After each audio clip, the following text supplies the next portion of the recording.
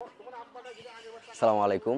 এই মুহূর্তে আমি রয়েছি নওগাঁ জেলার আত্রাই উপজেলার প্রতিশোর গ্রামে, যেটা হচ্ছে বিশ্বকবি রবীন্দ্রনাথ ঠাকুরের বাড়ি। তো আমরা জানি যে রবীন্দ্রনাথ ঠাকুর হচ্ছে ভারতের কলকাতায় জন্মগ্রহণ করছে, কিন্তু এইখানে হচ্ছে রবীন্দ্রনাথ ঠাকুরের একটা বাড়ি, যে আমার পিছনে হচ্ছে রবীন্দ্রনাথ ঠাকুরের বাড়িটা।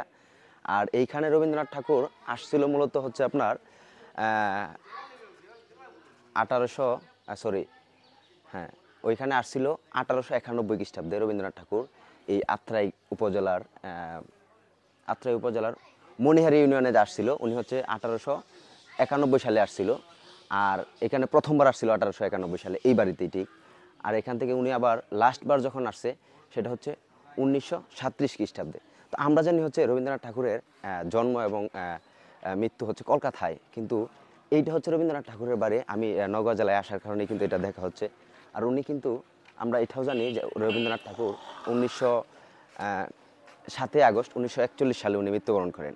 কিন্তু এইখানে হচ্ছে উনি লাইফে দুইবার আসাতে কিন্তু ওনার স্মৃতিস্মরণে এই বাড়িটা নির্মাণ করা হয়েছে। আর এই বাড়ির ভিতরে কিন্তু আমাকে যাইতে দিতেছে না। আমি বলছি যে যাইতে দিবে, কিন্তু ভিডিও করতে দিবে না। আর ওনার স্মৃতিস্বরূপ অনেক কিছু এই জায়গায় আছে। আমি যদি আপনাদেরকে এইগুলো একটু দেখাই, আমার পিছন সাইড, ব্যাক সাইড, সব দিকেই কিন্তু ওনার স্মৃতিস্বরূপ অনেক কিছু আছে।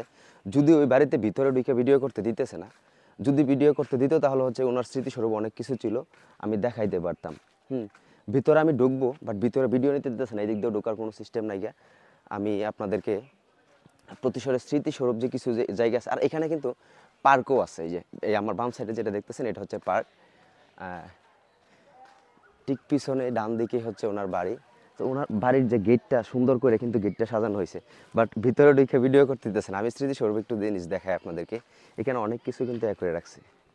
এই দেখেন, রবীন্দ্রনাথ ঠাকুরের স্মৃতিস্বরূপ এগুলো রেখে দিছে এই জায়গায়। এইখানে হচ্ছে যে এমপি সাহেব এটা মানে স্থাপন করছে, যে জনাব আলমগীর কবির এমপি। উনি হচ্ছে 6 নং মণিহারি ইউনিয়নকে 100 স্যানিটারিস্ট ঘোষণা করেছেন আর কি। এটা যাই হোক, এখানে পুকুর টুকুর সবই আছে। উনি হচ্ছে ওনার স্মৃতিস্বরূপ এখানে স্কুলও আছে, কিন্তু এদিকে ভিতরে একটা স্কুল আছে। আমি স্কুলের ভিতরে যাইতে পারতেছি না, একটু দূরে। আর এই হচ্ছে এটার পুকুর ঘাট। যে পুকুর মোটামুটি বড়ই আছে, বাট আমাকে যদি ভিতরে ভিডিও করতে দিত তাহলে হচ্ছে সবচেয়ে ভালো হইতো। কিন্তু ভিতরে ওনারা নাকি বলতেছে সরকারি নির্দেশ যে ভিডিও করতে দিবে না। আমি বলছি যে আমি তো নেত্রকোনা থেকে আসছি, আমাকে ভিডিও করতে দেন। ভিডিও করতে দিতেছে না ভিতরে। এরপরও আমি লাস্টবারের মতো রিকোয়েস্ট করবো যে আমাকে একটু ভিডিও করতে দেন। আমি হচ্ছে নেত্রকোনা থেকে আসছি অনেক কষ্ট করে এটা দেখার জন্য, নেওয়ার জন্য। সো যদি দেয় তাহলে তো ভিতরে ভিডিও করবো, আর যদি না দেয় তাহলে হচ্ছে ভিতরে ভিডিও নিতে পারবো না। আর এই হচ্ছে আমি এখন গেটে ঢুকবো। আসো, আমি ভিতরে ঢুকতেছি এখন, বাট ওনারা ভিডিও করতে দিবে না। যদি দেয় তাহলে হচ্ছে ভিতরের পরিবেশটা অনেকটা সুন্দর, কিন্তু আমাকে ভিডিও করতে দিবে না।